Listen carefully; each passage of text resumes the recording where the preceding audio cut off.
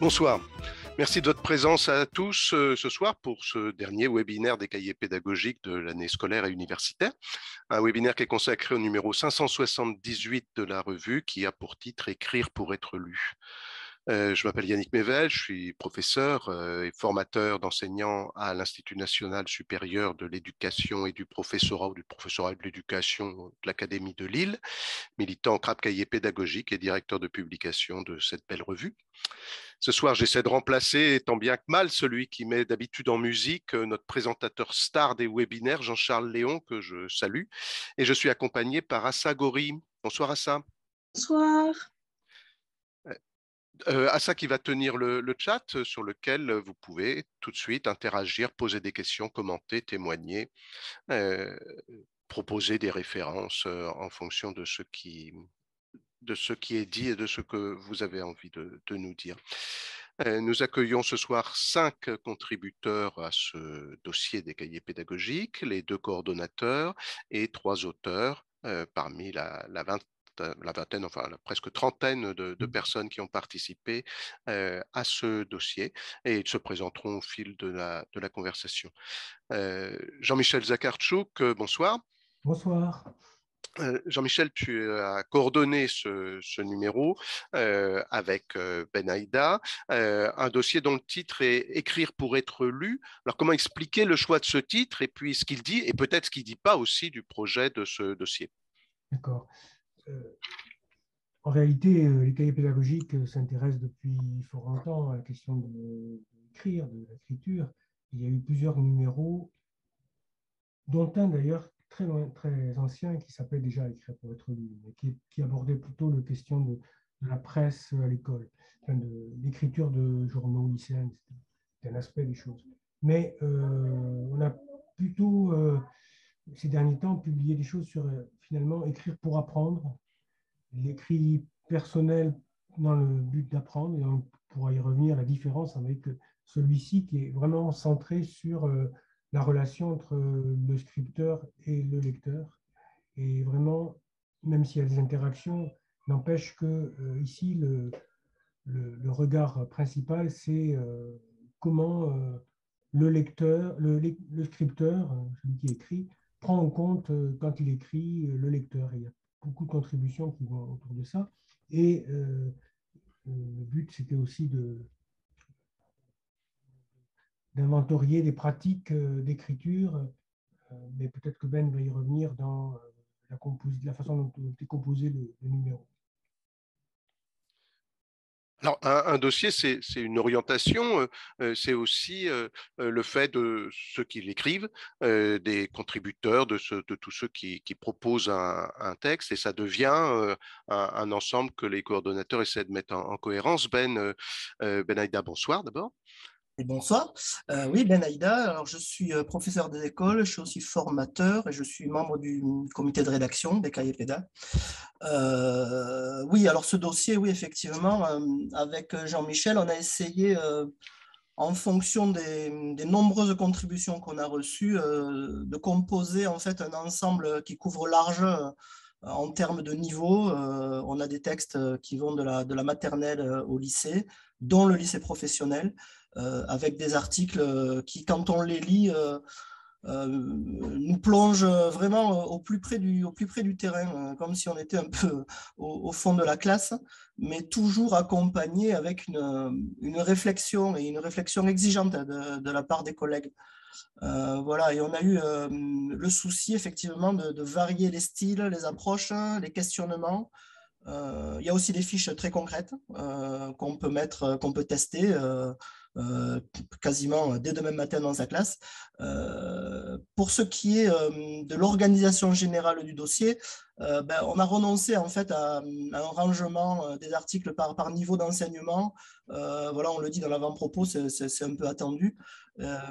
Et comme on ne voulait pas rester sur l'idée de cette préoccupation du lectorat quand on écrit, on a opté en fait pour un premier groupe de textes dans une première partie qui décrit des pratiques d'écriture qui restent dans la classe, avec notamment du travail de coopération entre pairs, du travail d'écriture pour être lu, pour mieux réécrire, grâce au regard des copains, des copines, et bien sûr grâce à la rétroaction qui peut se faire tout de suite avec ce premier cercle de lecteurs, et au-delà du seul enseignant comme lecteur.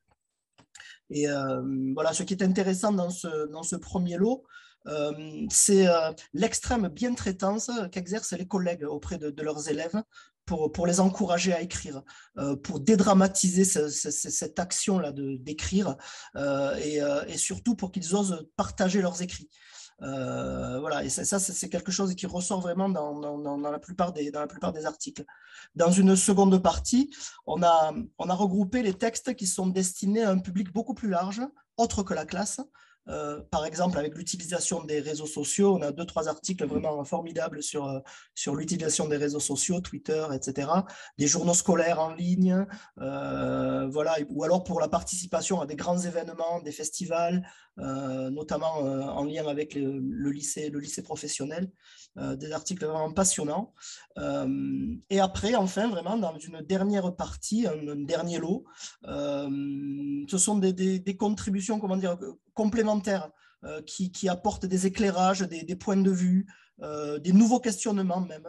Voilà. Et dans cette troisième partie, on a notamment fait la part belle à la littérature de jeunesse avec des contributions de grands auteurs et autrices, voilà, dont Bernard Friot, bien sûr, qui est avec nous ce soir pour notre plus grand bonheur. Et voilà, ils nous parlent de leur rapport avec leur lectorat, et de comment il et elle le considèrent, ce lectorat. Voilà en très large et en très général la structure de ce dossier. Merci Ben. Tous ceux qui assistent à ce webinaire ce soir ont été invités au moment de s'inscrire à poser des questions.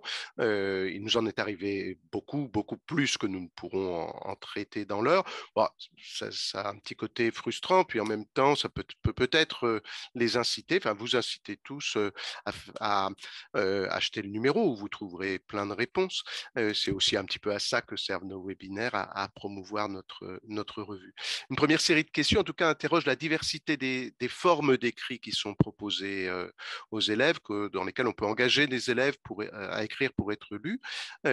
Cédric Serre en présente quelques-unes dont il dit qu'elles ont tendance à s'épuiser au bout d'un moment, et puis il en présente une autre qui semble résister un peu mieux à l'usage. Cédric, bonsoir. Oui, bonsoir. Donc, moi, je suis Cédric Serre, je suis enseignant en cycle 3 depuis 20 ans et directeur d'école. Voilà. Alors, des formes peu durables, dis-tu, et des formes un peu plus durables. Peux-tu nous en dire un petit peu plus sur ton expérience à l'école élémentaire? Oui, on a beaucoup, j'ai beaucoup testé en fait de types d'écrits différents pour essayer de garder la motivation des élèves. Et voilà, et donc cette histoire d'écrire pour être lu, ça a toujours été quelque chose qui m'a, à la fois qui a été une injonction parce que c'est quelque chose qu'on nous disait qu'il fallait faire, et puis en même temps, de l'autre côté, on voyait bien que quand on fait un écrit qui n'est pas destiné à être lu, au final, on a du mal à maintenir une certaine motivation. Et donc voilà, il fallait trouver toujours des bonnes techniques, des outils qui nous permettaient d'écrire et d'aller chercher chez les élèves cette motivation pour pouvoir continuer à travailler aussi son écrit. Il ne s'agit pas juste de faire le premier jet et puis de s'arrêter là. Alors, par exemple, il y a une façon d'écrire pour ses pairs que tu proposes à tes élèves dans la classe, où les élèves écrivent entre eux, quoi. Oui, en fait, on a utilisé toutes les techniques classiques, je dirais, que sont la correspondance, le journal, etc., mais pour lesquelles moi, je trouve que le lectorat n'étant pas maîtrisé, ce n'est pas quelque chose qu'on peut maîtriser. C'est-à-dire la correspondance, si les correspondants sont pas actifs, etc., c'est long. Enfin, voilà, je trouvais que ça manquait de répondants, on va dire, pour la correspondance, c'est un peu gênant. Et pour le journal, c'est pareil, c'est-à-dire quand on écrit des articles, les parents derrière, forcément, ne jouent pas toujours le jeu. Oui, il y en a qui vont le faire à la maison, dire oh, il est super ton article, mais celui-là aussi, les grands-parents vont l'acheter. Enfin, voilà. Puis il y en a d'autres qui ne le font pas. Et dans des milieux, par exemple, défavorisés, j'ai beaucoup travaillé, on se retrouvait souvent avec une perte de motivation très rapide parce que c'est beaucoup de travail. Et du coup, mais il n'y a pas de retour sur investissement, on va dire. Voilà. Et donc là, ce qu'on continue ce que j'avais fait depuis longtemps aussi, c'est les textes libres. Donc c'est le fait d'écrire sans contrainte directe, c'est-à-dire juste, voilà, très souvent, nous c'est une fois par plan de travail, par exemple, on a au moins un texte libre à produire. Donc, c'est-à-dire d'écrire un petit texte, on ne demande même pas que ce soit quelque chose de très long. On en parlera dans des systèmes d'écriture, de correction et tout ça, mais voilà, au niveau des cycles 3, si on fait des textes trop longs, c'est trop compliqué à corriger. Et donc, c'est bien de leur dire, mais à suivre, c'est pas grave. Mais voilà, cette histoire là, c'est surtout derrière, en fait, les textes libres, on les a présentés aux autres copains de la classe et aux copines de la classe. Donc ça, c'était super parce que ça a permis de maîtriser le lectorat. C'est-à-dire que je vois directement quand je lis ma blague, l'histoire que j'ai faite avec comment on dit, le suspense, etc., que j'ai voulu y mettre, eh ben, je vois la réaction qui se passe chez mes lecteurs et je vois ce que ça engendre et ça m'encourage à écrire encore plus. Voilà. C'est tout l'intérêt d'écrire pour ses pairs. Et le dossier propose par ailleurs toute une variation autour du thème de la correspondance, jusqu'à Michel Tozzi qui aborde la correspondance sous l'angle de l'intervention de la correspondance dans la société, disons à nature quasi politique. Il propose d'écrire au pape. Par exemple, écrire pour être lu, c'est aussi écrire pour convaincre, pour agir finalement. Et dans le même ordre d'idée, le travail de Camille Danso et Samira Moussine présente une variante très intéressante d'un genre correspondance qu'elles explorent. Bonsoir Camille. Bonsoir à tous. Alors, je suis professeure depuis une dizaine d'années. J'enseigne actuellement dans un collège dans les Yvelines. Et effectivement, avec ma collègue Samira Moussine, nous avons eu l'idée, je pense qu'elle est née en classe suite à la lecture d'un texte sur l'amour, puisque ça s'inscrit dans la thématique Dire l'amour du programme de quatrième. Souvent, après la lecture du texte, les élèves disent mais qu'a répondu? Est-ce que c'est une vraie histoire? Et je crois que l'idée est née comme ça, que les élèves se glissent dans la peau des personnages ou des auteurs, des écrivains, et effectuent la correspondance avec une autre classe. Ça a permis en fait de les lancer dans l'écriture en adoptant la peau de quelqu'un d'autre. Oui, par exemple, c'est Simone de Beauvoir et Jean-Paul Sartre Exactement, ça peut être Cléopâtre et Napoléon. Ah oui, et Napoléon, d'accord. Voilà, on a fait des couples célèbres, des amants réels ou fictifs. Et voilà, on a procédé par un tirage au sort.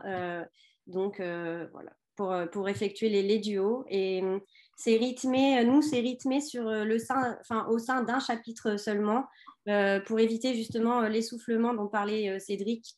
La correspondance, on effectue 3 échanges, 3 temps forts, la rencontre, la déclaration, et puis bien souvent, la rupture. C'est bien triste alors comme histoire. Voilà. La rupture fait couler beaucoup d'encre et, voilà. Et ça évite, en fait, ça s'inscrit vraiment sur une période, je dirais, d'un mois, 1 mois et demi, et ça évite l'essoufflement. Mais c'est très impliquant finalement d'écrire une lettre d'amour. Oui, donc en fait, le principe, effectivement, ils reçoivent également une lettre et ils se retrouvent en position de lecteur. Donc souvent, on assiste à des réactions. Le camarade, l'autre collégien n'a pas beaucoup écrit, il a fait des fautes, ça veut rien dire, je comprends pas. Voilà, toutes sortes de réactions. Et en amenant l'élève à être lecteur, ça nous permet aussi de voir comment l'élève pourrait améliorer ses écrits. Et puis souvent, ils se prennent au jeu, ils ne veulent pas décevoir, ils veulent faire le bon effet, le meilleur effet, choisir le mot juste, notamment pour la rupture, être le plus précis possible dans l'art du clash. Voilà, voilà. Et c'est ainsi qu'ils s'engagent dans la correspondance. On est au cœur de la question de l'engagement hein, dans l'écriture, dans une écriture qui est adressée. Nous avons posé, enfin, les coordonnateurs ont posé la même question à quelques professionnels de l'écriture sur ce qu'était leur propre motivation à écrire, et on a eu des réponses très, très diverses. Celle de Bernard Friot, par exemple. Bernard, bonsoir. Bonsoir. Donc, moi, je m'appelle Bernard Friot. Après avoir été enseignant et formateur, j'ai développé une activité d'écriture et de traduction. Chez moi, l'écriture, elle est née du contact direct avec les lecteurs quand j'étais formateur d'enseignants du primaire et que j'allais régulièrement dans des écoles. J'ai commencé par des situations de dictée à l'adulte, c'est-à-dire je recueillait les textes d'enfants de maternelle et d'école primaire avec des interactions immédiates avec l'écrivain orateur, hein, puisque les enfants étaient en situation de me dicter de l'écrit et je pouvais réagir immédiatement. Et le fait d'écrire pour eux, c'était un prolongement de cette situation et ça l'est encore aujourd'hui, c'est-à-dire que les rencontres, les temps de travail avec les élèves, les adolescents, qu'ils soient adolescents ou qu'ils soient enfants, c'est un temps d'écriture. Hein. C'est un temps d'écriture où on connaît son public. Quand on écrit pour enfants, on écrit pour les enfants, mais d'une certaine manière aussi, on écrit à leur place, hein, mais ils ne sont pas encore capables d'écrire leur livre. Donc, c'est une situation un petit peu particulière où le lecteur doit être d'une manière ou d'une autre intégré au projet d'écriture. Au moment même de l'écriture, il peut se passer aussi bien d'autres choses. Bien sûr, il y a l'implication personnelle de l'écrivain en tant que personne. Mais moi, je dis toujours aux enfants, voilà, vous êtes présents dans ma tête hein, de manière extrêmement diverse et parfois inconsciente quand j'écris. Voilà. Et je dirais aussi que notre rôle, c'est de transmettre l'écrit, pas seulement de produire des textes, mais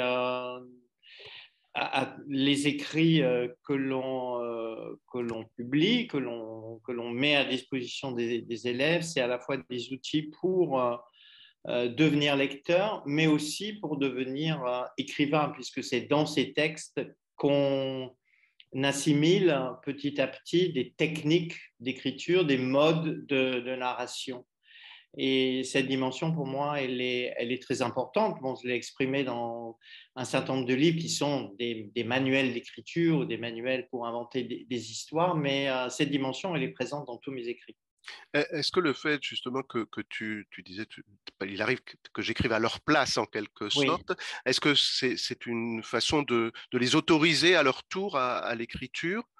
Absolument, ça a été pour moi une espèce d'évidence parce que dès la parution des histoires pressées, j'ai commencé à recevoir des textes qui prenaient appui sur certaines histoires. Donc j'ai compris que c'était une dimension extrêmement importante.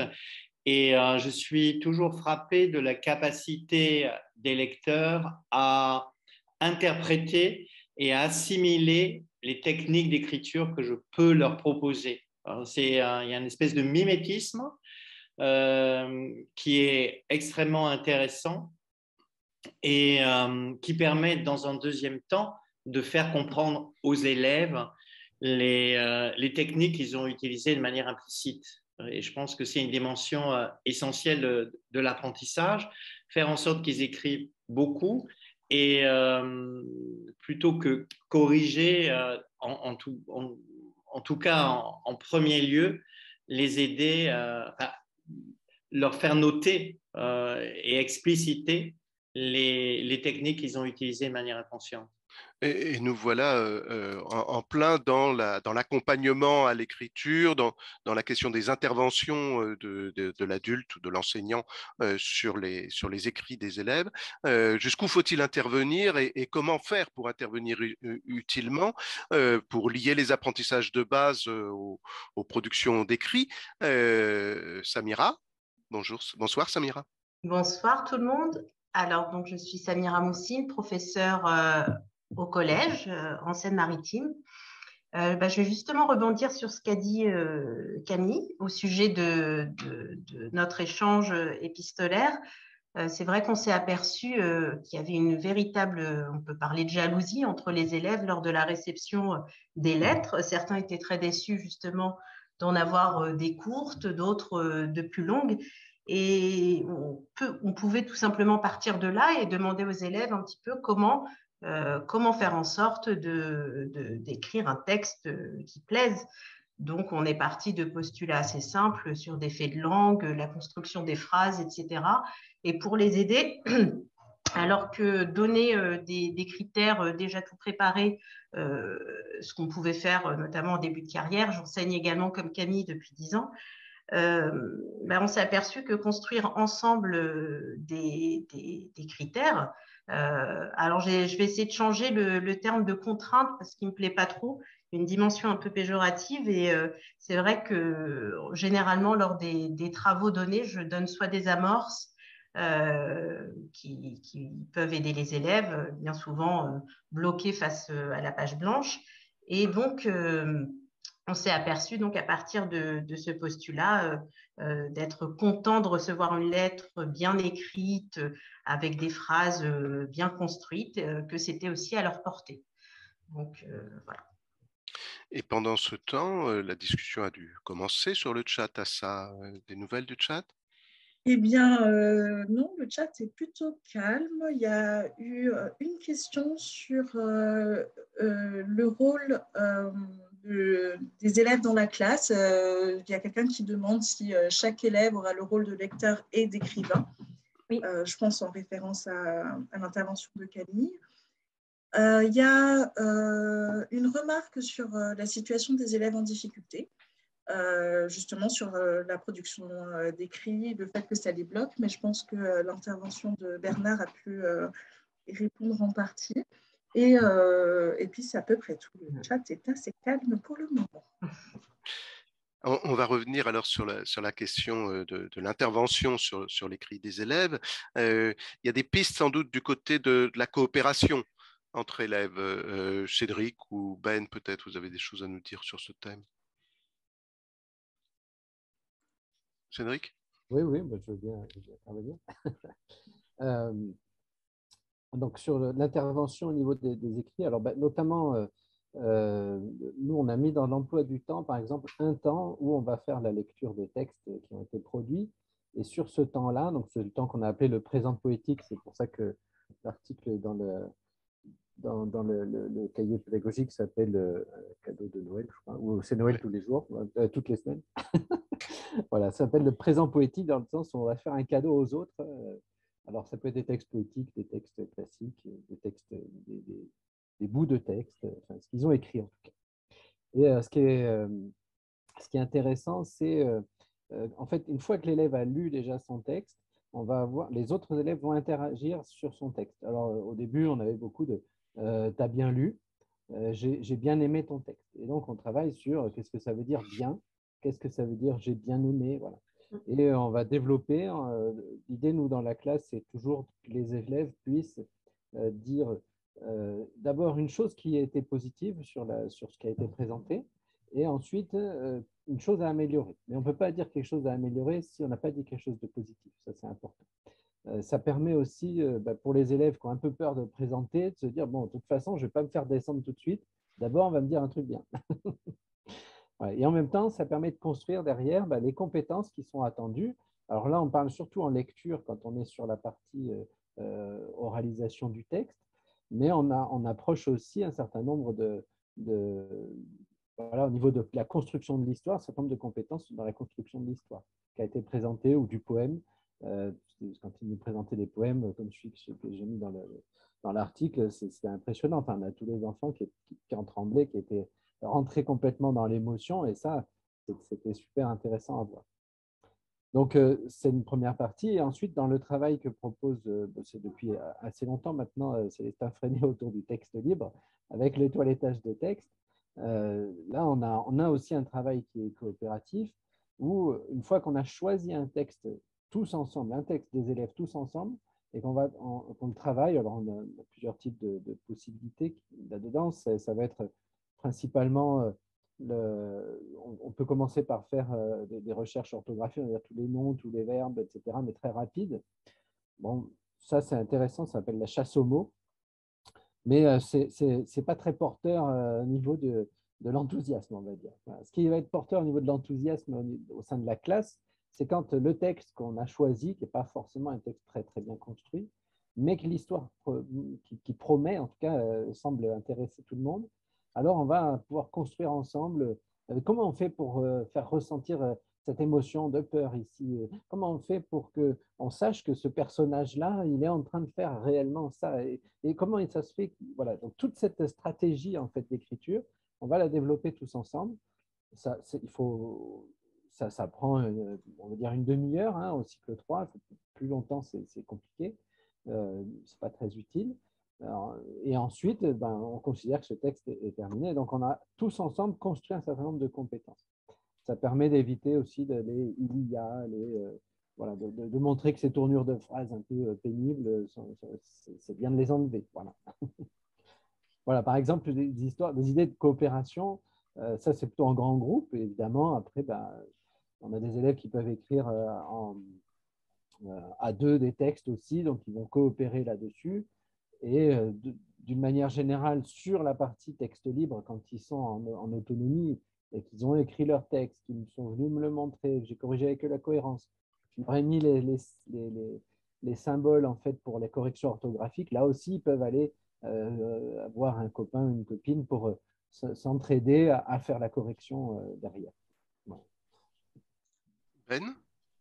Oui, alors pour compléter un petit peu ce que dit Cédric, je reviens vers les articles là et il y en a vraiment énormément qui sont axés sur cette dimension de la coopération, pas seulement parce que c'est le dada de l'enseignant et que ça lui fait plaisir de faire coopérer les élèves, mais parce qu'ils font vraiment le constat, ces enseignants, que ça fonctionne et que les élèves se débloquent dans l'écriture.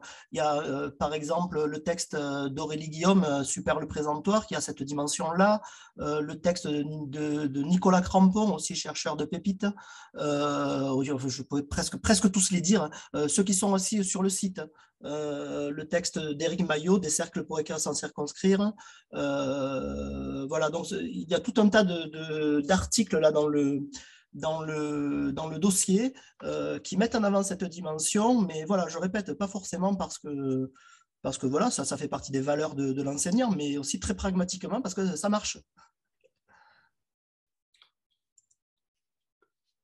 Et puis, il y a on a déjà commencé à y faire allusion un petit peu, il y a des outils numériques qui peuvent aussi nous aider ou être des supports pour cette co-intervention sur l'écrit, que ce soit entre élèves ou entre profs.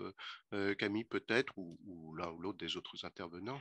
Alors, nous, dans notre correspondance, on ne se sert pas de support numérique. L'idée étant vraiment de travailler aussi l'écriture manuscrite, la belle écriture, la belle lettre. Ça répond aussi à des demandes institutionnelles. Par exemple, pour préparer le brevet, bien écrire en 1h30 et débloquer le geste et la pensée. Toutefois, on peut se servir éventuellement des supports numériques, notamment pour améliorer le texte. Donc, les Becherel, les dictionnaires des synonymes, les dictionnaires de rimes. Voilà. Et là, c'est en ça que ça va aider nos élèves à améliorer leur texte en leur mettant tous les outils à disposition et en leur rappelant que voilà, même les écrivains brillants amélioraient leur brouillon, revenaient, que même leurs professeurs vérifient de temps en temps certains verbes dans un Becherel, recherchent un mot dans un dictionnaire et que c'est tout à fait normal, c'est des pratiques communes et qui doivent être à leur portée. Des usages aussi, des correcteurs automatiques de ces outils que fournissent les traitements de texte ordinaires et qui vont un peu à l'encontre de l'exigence, disons, scolaire, disant c'est à toi de corriger. Oui, alors en fait, tous les moyens sont bons, j'ai envie de dire, pour débloquer l'écriture. Et en tout cas, l'orthographe dans le premier jet n'est pas noté. C'est même ce qui sera travaillé tout en dernier pour ne pas être un frein dans l'écriture de l'élève, l'inspiration. Je leur dis même que toutes les fautes sont admises. C'est pas ça qui compte au départ. L'une des intervenantes sur le chat, je n'ai pas eu le temps de tout lire ce qui se passe sur le chat, mais l'une des intervenantes parlait des tweetés. Voilà aussi une pratique que l'un ou l'autre peut nous décrire un petit peu pour les assistants au webinaire qui découvrent ces pratiques-là. Moi, je peux en parler peut-être des tweetés. Ça concerne effectivement plutôt l'élémentaire. Pour ce dispositif-là propre Tweeté, qui est effectivement un dispositif à la fois d'étude de la langue et de maîtrise de la langue, autour de, voilà, les classes ont un compte Twitter qui est à la main évidemment de l'enseignant avec toutes les précautions que ça demande en termes d'accès aux réseaux sociaux à ces âges-là. Voilà, il y a d'ailleurs dans le dossier un article très précis, très rigoureux là-dessus, qui met toutes les balises pour pouvoir emmener ces élèves sur ces réseaux-là. Voilà, les tweetés, ça fait partie de tout un réseau, de tout un collectif d'enseignants hyper connectés et qui se servent de tous ces nouveaux moyens de communication pour travailler de classe à classe, soit par binôme, soit sur un grand réseau, d'arriver à collaborer, à écrire des journaux, des journaux magnifiques. Voilà, il y a un article dans le dossier là-dessus.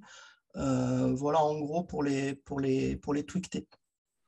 Justement, avec Samira, on a pris exactement le contre-pied de, de ce phénomène de mode. On est revenu à quelque chose de plus basique qui consiste une lettre, une enveloppe, et même avec des élèves de 4e qui ne sont plus du tout habitués à recevoir du courrier, envoyer une lettre, c'est loin de leur pratique.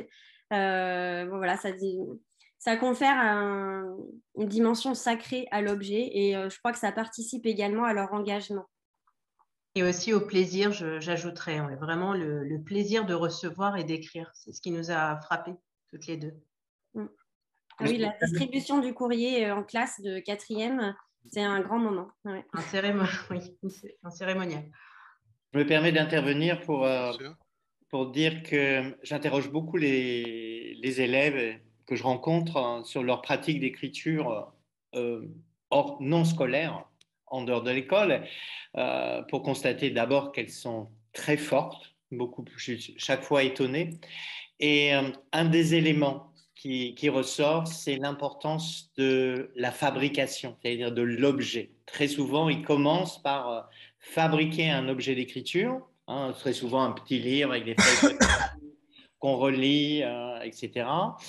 Mais qui peuvent être aussi d'autres objets. Mais ça me semble extrêmement important, cet aspect de la fabrication de l'objet qu'on tient, là, comme vous venez de le dire. Et ces objets peuvent être extrêmement différents, mais ils font partie aussi de la structuration. Je veux dire, un texte a une forme physique. Et bizarrement, mon expérience d'écriture, plus j'écris et plus je considère que l'écriture, c'est un travail manuel, même si j'écris à l'ordinateur. Mais on transpose en fait dans l'écriture, j'allais dire, des gestes extrêmement concrets et extrêmement manuels. On construit, etc., etc. Alors, on fait souvent la distinction entre une écriture scolaire qui serait forcément ennuyeuse, peu porteuse de sens, et une écriture moins scolaire ou non scolaire qui serait presque forcément engageante et porteuse de sens. Est-ce que c'est aussi simple que ça, Jean-Michel? Non, d'autant que moi, je suis toujours un peu irrité lorsqu'on réduit le scolaire à ce qui est une forme limitée de scolaire, c'est-à-dire par exemple, un écrit qui serait avec une introduction et une conclusion, par exemple, ou avec des formes très canoniques. Et justement, moi je plaide pour un écrit scolaire très diversifié. Il n'y a pas un écrit scolaire, il y a plein d'écrits scolaires. On peut écrire. Alors j'ai bien aimé ce qui était dit juste avant. On avait écrit il y a quelques années un article qui s'appelait Sortir de la copie 12, c'est-à-dire écrire sur des supports très différents, par exemple les affiches. Est-ce que c'est scolaire ou pas scolaire? J'en sais rien. Je pense que c'est aussi scolaire si on veut bien étendre le champ du scolaire à autre chose que les formes les plus traditionnelles. Donc, alors, il y a une chose qui me paraît importante, c'est que dans écrire pour être lu, on peut écrire pour être lu vraiment par de vrais lecteurs, qui peuvent être des élèves de la classe ou qui peuvent être, dans le cahier, il y a plein d'exemples, qui peuvent être des gens réels, compris le Parlement européen dans le cas d'un des articles. Mais ça peut être aussi un lecteur fictif, mais qui quand même influence la lecture. C'est-à-dire quand on fait écrire, moi j'avais fait écrire parmi des lettres imaginaires sur la Révolution française, avec des gens qui allaient lire la lettre. On a fait aussi au moment de la commémoration du centenaire de la guerre de 14. Ça montre au passage l'importance aussi des activités interdisciplinaires. Et dans ce cas-là, on n'a pas forcément un vrai lecteur, mais un lecteur quand même qui existe, qu'on fait exister. Et ce qui est intéressant aussi de faire remarquer aux élèves, c'est que c'est par exemple quand on étudie la correspondance, souvent au quatrième en français, c'est de voir la différence entre une correspondance intime vraiment, et puis il y a plein de lettres qui étaient écrites au XVIIIe siècle, au XIXe siècle, en sachant bien que ça allait être lu par plein de gens. Et ça influence forcément la correspondance. Quand Voltaire écrit, il sait bien que ce n'est pas seulement son interlocuteur qui va lire, puis il écrit des milliers et des milliers de lettres. C'est impressionnant. Et c'est important de voir pourquoi il écrit ces lettres, il se met en avant devant les lecteurs. Et puis même, on écrit aussi pour des gens qui ne sont pas encore nés. Un écrivain, c'est aussi quelqu'un qui a l'ambition peut-être d'écrire pour des gens qui ne sont pas encore nés, mais il pense aussi à eux. Tout ça, c'est vraiment important de faire réfléchir les élèves. Il y a des exemples dans le cahier. J'ai aussi fait une fiche d'un travail que je menais régulièrement là-dessus. Toujours cette interaction entre lecteur et entre scripteur et lecteur, même quand le lecteur est imaginaire, ou du moins universel en quelque sorte aussi. À ça, quelques nouvelles du chat? Toujours un chat très peu actif. Il y a des Message. personnes qui témoignent de leur expérience de tweeter ou de leur utilisation du livre de Bernard Friot, le super manuel pour devenir un écrivain génial. Mais pas trop de remarques, de questions. En dehors, j'ai dû passer quelque chose sur la grande difficulté à gérer avec les élèves de cycle 3, c'est la cohérence textuelle. C'est une remarque qui est passée par le chat. Ah oui, peut-être qu'on peut revenir un petit peu là-dessus. Il y a déjà 2 ou 3 petites choses qui ont été dites. Je crois que Cédric avait donné un élément de réponse, en tout cas que je pratique. C'est la lecture, lire le texte devant les autres et les prendre pour juge, voir est-ce qu'ils ont compris, pas compris, ce qui pourrait être ajouté, ce qui manque, si c'est voilà. Ou même également quand l'élève est en position de lecteur, ça m'est déjà arrivé de dire madame, je ne comprends pas ce qu'a voulu dire l'autre élève, tout simplement parce qu'il peut manquer une proposition principale dans une phrase. Voilà, souvent, c'est une faute qu'ils font. Et là, en position de lecteur, ils ont le recul nécessaire pour rétablir, pour rétablir leur texte. Donc, et également, lire, c'est pas l'élève lui-même qui lit le texte qu'il a composé, ça peut être un camarade qui le lit à sa place ou le professeur. Ça évite quelquefois les difficultés de lecture. Un élève qui écrit peut, quand il lit mal son texte et qui bute sur les mots, ça gêne à la compréhension. Enfin, quand on lit le texte par quelqu'un d'autre, il prend du recul et peut alors améliorer son écrit. Parmi les raisons qui avaient engagé le comité de rédaction à lancer ce dossier, il y en avait une peut-être un petit peu plus triviale que les autres, c'était de compléter ce qu'on peut appeler la tétralogie blanquérienne, les fondamentaux, lire, nous avions nous avons publié un dossier sur la lecture l'année précédente, Comté, un dossier maths qui est apparu en décembre dernier. Le prochain dossier du mois de septembre traitera du respect. Et donc, il y avait cette question de l'écrire qui fait partie donc, de ces fondamentaux, entre guillemets. Et sur ce plan, peut-être que quelque chose à dire. En quoi est-ce que ça serait un fondamental que d'écrire? Et peut-être, en allant plus loin, en quoi est-ce que écrire serait un préalable à la prise de parole ou à l'intervention dans le monde? Faut-il d'abord savoir écrire et ensuite s'exprimer? Allez-y, si vous avez compris quelque chose à ma question.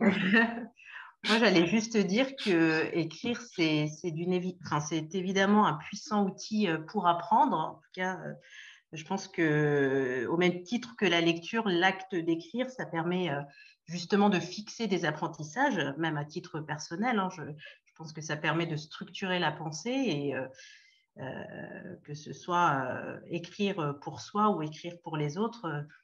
Voilà, moi je pense que c'est oui, un fondamental pour apprendre notamment. Et ça nous amène aussi à la question de la formation continue, notamment dans le premier degré, Ben. Oui, effectivement, oui, c'est vrai que c'est quelque chose qui peut être compliqué pour les enseignants et les enseignants débutants. Ce rapport qu'ils ont à l'écriture et à cette injonction qu'ils ont, voilà, institutionnelle, de faire écrire les élèves. Parfois, ils ne savent pas trop comment faire, ni parce qu'ils se retrouvent submergés par tout un tas d'écrits à corriger en plus. Si en plus il faut écrire tous les jours, fois 25, dans toutes les disciplines, ça devient compliqué, ils se font vite submerger. Alors qu'en fait, ce qui pourrait être suggéré en termes de formation, ce serait de revenir à ce que disaient à la fois Samira et Cédric, c'est de partir sur des choses beaucoup plus simples, beaucoup plus quotidiennes, sur des écrits courts, sur des objets d'écriture qui soient dédramatisés.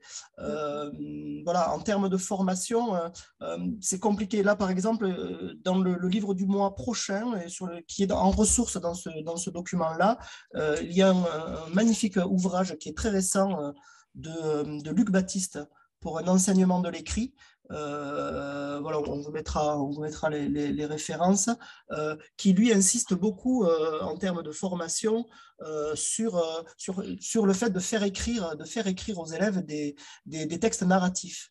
Et voilà, de les inciter à la description de ce qu'ils font, de ce qu'ils vivent, pas être sur raconter toute sa journée, tout son week-end de 8h du matin au dimanche soir 19h, mais de prendre un moment et de s'appliquer à le décrire, à travailler, à le représenter, à présenter juste le début à la classe, et la classe va aider avec les mêmes principes et la même philosophie qu'applique Cédric. La classe va aider à améliorer cet écrit-là, va donner des pistes d'amélioration.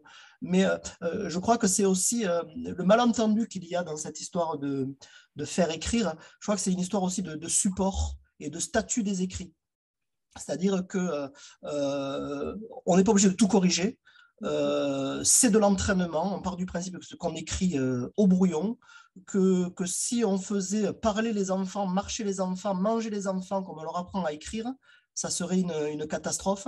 Voilà, donc voilà, je crois qu'en ayant ça en tête, ça peut donner déjà, alors pas des pistes très concrètes, j'en suis désolé, mais déjà des grands principes. Moi, je voulais rebondir là-dessus, sur ce. En fait, on a l'impression, quand on fait écrire les élèves, il faudrait que l'écrit soit parfait dès le départ, quoi. Or, on est vraiment dans une phase d'apprentissage, hein, l'école, c'est fait pour ça. Donc, il faut vraiment laisser les élèves essayer. Moi, je corrige énormément d'erreurs. Alors, c'est pour ça qu'on parlait du matériel tout à l'heure, tu parlais d'utiliser des ordinateurs. Donc, nous, ils peuvent écrire, dès que j'ai un gamin qui est vraiment en difficulté, même qui fait trop d'erreurs, je lui dis écris directement sur l'ordinateur, ton histoire, elle est bien. Après, moi, je lui corrige plein d'erreurs et je lui laisse certains trucs à corriger, par exemple, que quelques erreurs, parce que je sais que ça, c'est là où il en est. Et l'objectif, de toute façon, c'est que très rapidement, on sorte un texte qui soit présentable. Voilà. En l'espace de 2-3 séances, on va dire, avec lui de travail, enfin, que lui a travaillé. Ouais, c'est vraiment ça. Pour moi, je trouve que c'est le plus important, c'est de faire écrire les enfants le plus possible. Et nous, en tant que correcteurs, bah, derrière, il faut, enfin, voilà, on essaye de limiter la charge de travail en trouvant des outils qui nous permettent voilà, de pallier cette énorme quantité. Donc, c'est pour ça, moi, je réduis aussi la taille des textes. Je les écrivais que sur une page. Hein, voilà. Au début, j'avais des 3-4 pages, des gamins qui écrivaient. Il n'y avait aucune cohérence. Alors, c'est super, mais on ne peut rien en faire, en fait. Voilà. Donc, il vaut mieux les limiter. Je mets à suivre. Et aujourd'hui, on va travailler que sur cette partie-là. Hein. Et c'est déjà pas mal. Le début. Moi, en correction, je rejoins un petit peu ce que fait Cédric. Je corrige en orthographe, par exemple, pour les fautes d'orthographe. Quelquefois, il m'arrive de ne pas corriger toutes les fautes de l'ensemble de la copie pour ne pas raturer toute la copie et vexer mes collégiens. Je me concentre sur quelques phrases, voilà, et je laisse le soin à l'élève de corriger les fautes parce que je sais qu'il en est capable. Les 3/4 du temps, en fait, le simple fait d'entourer la faute, je ne la corrige pas, l'élève tout seul arrive à se corriger. Il dit ah oui, c'est vrai, j'ai pas pensé à accorder, ça se fait tout seul. Et au niveau de la syntaxe, quand je rends les copies, je demande aux élèves de réécrire 1 ou 2 phrases que j'ai ciblées en les améliorant et en tenant compte des conseils prescrits. Mais pas l'ensemble de la copie. Voilà, ça, c'est très ciblé. Je suis frappé par le fait que depuis le début de nos conversations sur ce sujet, le mot d'évaluation n'a été prononcé par absolument aucun d'entre vous.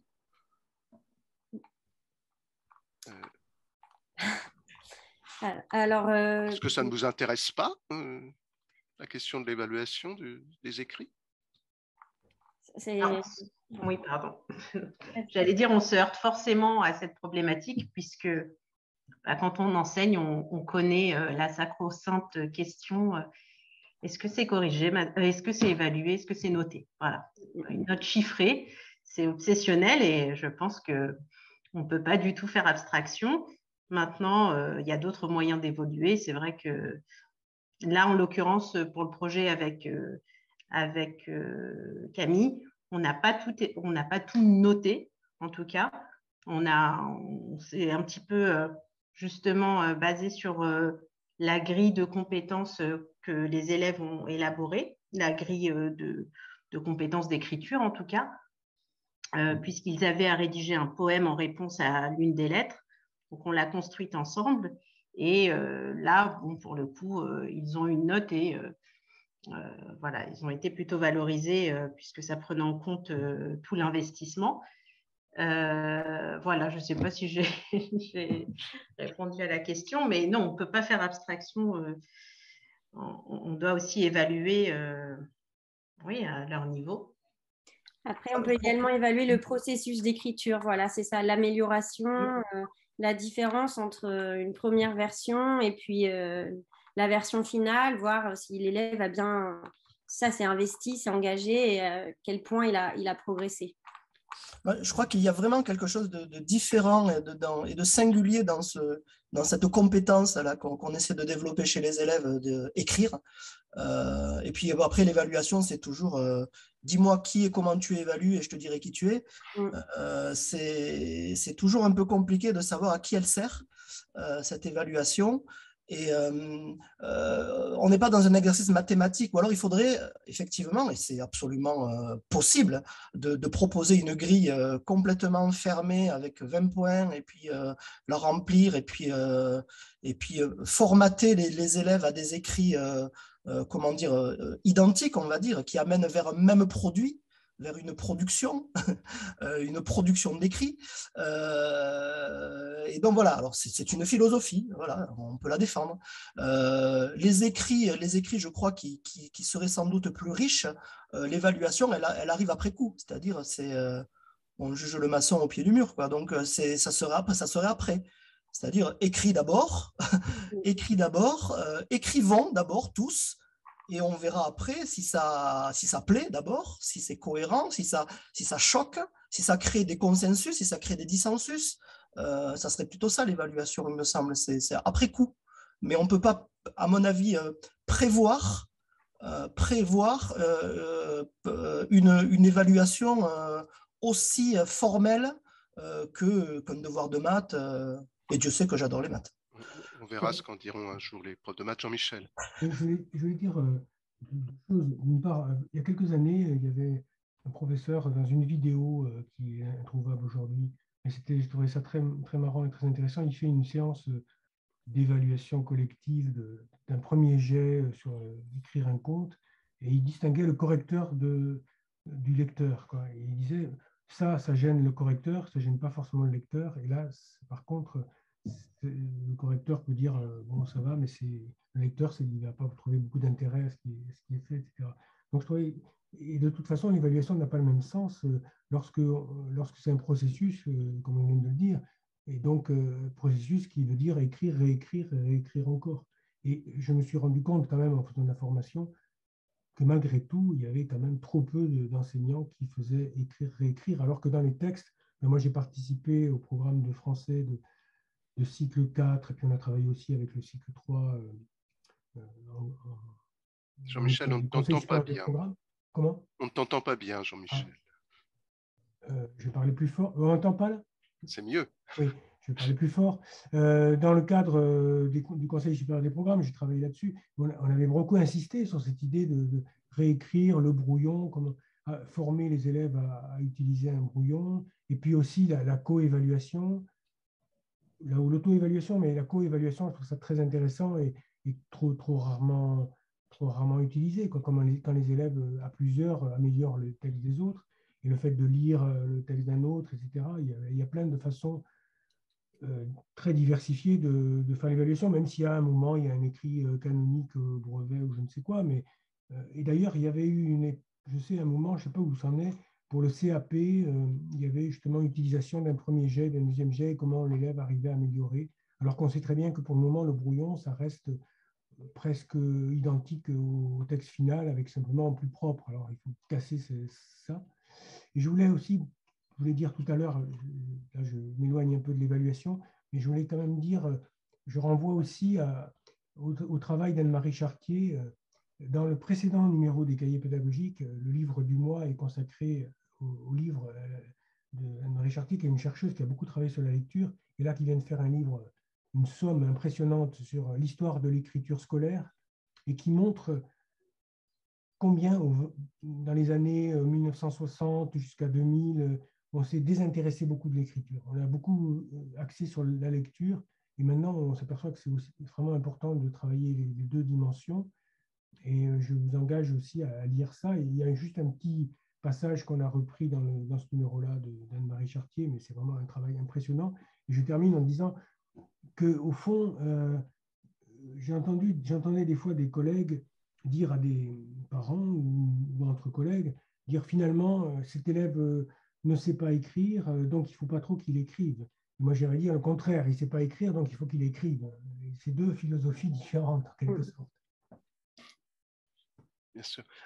Parmi nos petits rituels des webinaires des cahiers, il en est un auquel je tiens particulièrement, c'est celui du dessin. Dans les cahiers, dans les dossiers des cahiers, il y a toujours un dessinateur, un professionnel qui nous accompagne et qui propose 6 dessins. Nous en avons choisi un sur lequel je vais demander à nos participants de réagir. Alors, une petite minute, quelques mots sur ce que vous inspire cette image. La voici.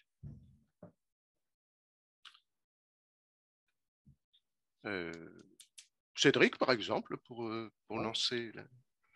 Moi, j'aime beaucoup parce que c'est souvent en fait ce que je me dis quand je suis dans ma classe, je regarde mes élèves et puis je me dis en fait ils doivent se demander à quoi je sers parce que c'est eux qui font tout. Et effectivement, mais je crois que et c'est aussi ce qui me fait dire que finalement notre métier d'enseignant, c'est un métier de créateur de milieu. Donc pour que ce soit possible en fait qu'ils fassent tout ça, il faut que nous on puisse on le permettre. Voilà. Et donc, pour qu'on puisse le permettre, on va développer un certain nombre d'outils, on va mettre en place un certain nombre de dispositifs au sein de la classe, Et tout, tout ce tissu en fait, qu'on met autour de l'élève, autour de la coopération qu'il peut y avoir entre les élèves, voilà, c'est toutes ces façons d'interagir. Pour moi, c'est ce qui fait que la classe elle est vivante et que, au final, les élèves apprennent parce que c'est eux qui font. Et c'est un peu ce qui est problématique, il me semble. Moi, mon fils qui est au collège, en quatrième, il passe pas sa journée à travailler, quoi. Il passe sa journée à attendre que sa journée soit finie et le soir, il doit faire les devoirs. Voilà, donc c'était vraiment plutôt pour cette idée-là qui me fait passer, à quoi me fait penser cette image. Samira? Moi, je la trouve déjà amusante, cette image. Bon, j'ai jamais eu ce genre de commentaires, mais bon, ils ne doivent pas moins en penser. C'est vrai que je me dis tout simplement que l'idée un peu frontale de l'enseignant qui ferait son cours voilà, de manière quasiment magistrale, elle est révolue et que l'enseignant, il est là pour accompagner. Je l'ai vu dans le chat aussi pour encourager. C'est plutôt un accompagnateur et voilà, il doit construire aussi, aider l'élève à construire son autonomie, justement afin qu'il devienne son propre maître, d'une certaine manière. Bernard? Moi, ça me fait penser au fait que l'important, c'est que l'enfant, pendant l'écriture, il ait le plus possible d'interaction avec d'autres, avec évidemment des pairs, mais aussi avec l'enseignant. Et que donc l'activité d'écriture, elle soit vraiment planifiée, c'est-à-dire planifiée en moments qui permet à l'enseignant d'aider tel ou tel élève, de recadrer éventuellement, de mettre aussi en commun les trouvailles de tel ou tel. Et c'est extrêmement important parce que c'est ça qui crée le rapport au lecteur. Il faut le vivre, le rapport au lecteur. Pour l'intégrer dans son propre écriture. Donc, il me semble qu'une bonne tâche d'écriture est une tâche où l'élève va pouvoir s'appuyer sur le plus d'interactions possible. Et c'est évidemment exactement le contraire de situation d'écriture qu'on trouve encore dans l'enseignement secondaire, où on donne aux élèves à écrire un texte à la maison et ensuite on reçoit le texte, on l'évalue et donc les élèves n'ont jamais pu réellement progresser parce qu'ils n'ont pas eu ces interactions. Et alors l'enseignant n'est qu'un acteur, si je puis dire, parmi d'autres, mais c'est lui qui organise ces interactions et son rôle est donc fondamental. Camille? Je rejoindrai ce que vous avez dit. C'est le professeur accompagne, change de posture. Moi, c'est un moment où voilà, je m'installe avec eux à la table, je prends leur stylo, j'écris, ils me regardent faire. Enfin, on refait ensemble, je rature, je reprends. Il y a aussi l'idée du mimétisme, de l'interaction dont parlait Bernard. Et puis, oui, voilà, on rassure, on accompagne, on relance, voilà, on encourage, on félicite. Voilà. Ben? Avec ton micro, s'il te plaît, Ben. Pardon. Je vois ce dessin, moi, comme l'acte ultime pédagogique. C'est un peu comme la soupe aux cailloux quand on a, voilà, c'est-à-dire, ah ben j'ai une petite soupe aux cailloux, et puis tiens, s'il me rajoute un petit truc, et puis un petit légume, et puis un petit bout de viande, et puis un petit bout de ça, et puis finalement, on fait faire c'est la fameuse dévolution de la tâche, c'est-à-dire qu'on a réussi à ce que le problème de l'enseignant devienne le problème de l'élève et qu'il s'en saisisse. Et je trouve ça assez fort. Voilà. Je trouve que c'est quoi? C'est une chèvre. Elle est une bonne enseignante. À qui j'ai pas donné la parole? Oui, peut-être à Jean-Michel. Je voulais ajouter quelque chose. Les dessins sont souvent faits en réaction à des articles. Là, ça fait aussi, je pense, allusion, parce qu'il y a le mot énoncé dedans, ça fait allusion à un article interdisciplinaire, mais écrit surtout par un prof de maths, Serge Petit, sur l'invention de problèmes par les élèves et d'énoncés de problèmes en maths. Et moi, j'ai beaucoup travaillé aussi sur la liaison français-maths, et c'est vrai que c'est une façon aussi de faire qui est très intéressante, de faire que les élèves inventent, pas seulement en maths, mais dans toutes les matières, des énoncés, des exercices pour d'autres. Et je pense que dans ce cas-là, l'écriture permet de mieux comprendre l'acte de lire, c'est-à-dire quand les élèves lisent un énoncé qui a été fabriqué par un camarade ou par des camarades et qu'ils ont alors, des difficultés parce que, par exemple, l'énoncé a été mal formulé, mais c'est valable aussi des fois pour le prof, ça leur fait comprendre la posture de lecteur. Donc il y a toujours cette interaction et le prof, évidemment, il est là pour accompagner, valider et faire comparer aussi les élèves aux énoncés qu'ils ont construits avec des énoncés plus canoniques. Mais ça permet de mieux comprendre des énoncés complexes. Et donc moi je crois beaucoup à ça, faire écrire les élèves, mettre les élèves en posture de prof, quoi, en quelque sorte. Et ça dépasse d'ailleurs la seule écriture. Juste un petit mot aussi pour dire que si la réponse que je donne quand je suis dans la position de cette enseignante, c'est si je m'en vais, je ne suis pas sûr que ce qui est en train de se passer continue à se passer. Donc je sers juste à faire en sorte que ça existe, que la situation soit possible. Et c'est déjà pas mal, quoi, quand j'en suis là, en tout cas. Voilà. Nous approchons à grands pas de l'heure de séminaire, et lors de la fin de ce séminaire, peut-être une dernière intervention, un dernier petit tour de table pour, si vous aviez un conseil à donner, puisque la rentrée approche déjà, enfin, on va être en vacances dans une semaine ou deux pour la plupart d'entre nous, mais on pensera déjà à la rentrée. Donc, si vous aviez un conseil à donner à un enseignant qui débute et qui voudrait mettre ses élèves à l'écriture, quelques secondes chacun pour un bon conseil.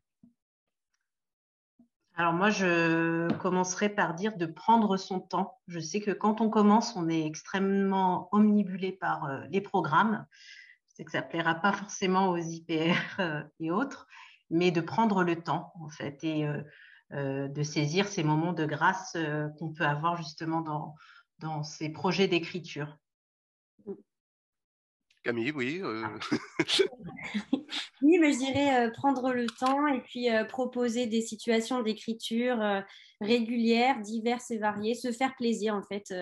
Un enseignant qui prend plaisir, ça, voilà, il communiquera son envie d'écrire, de bien écrire, de réécrire, de lire à ses élèves. C'est pas obligatoirement, ce ne sont pas obligatoirement des écrits très longs. Et non, nous ne sommes pas obligés de corriger l'ensemble des fautes. Voilà, on peut cibler quelques objectifs seulement. Ben, un conseil.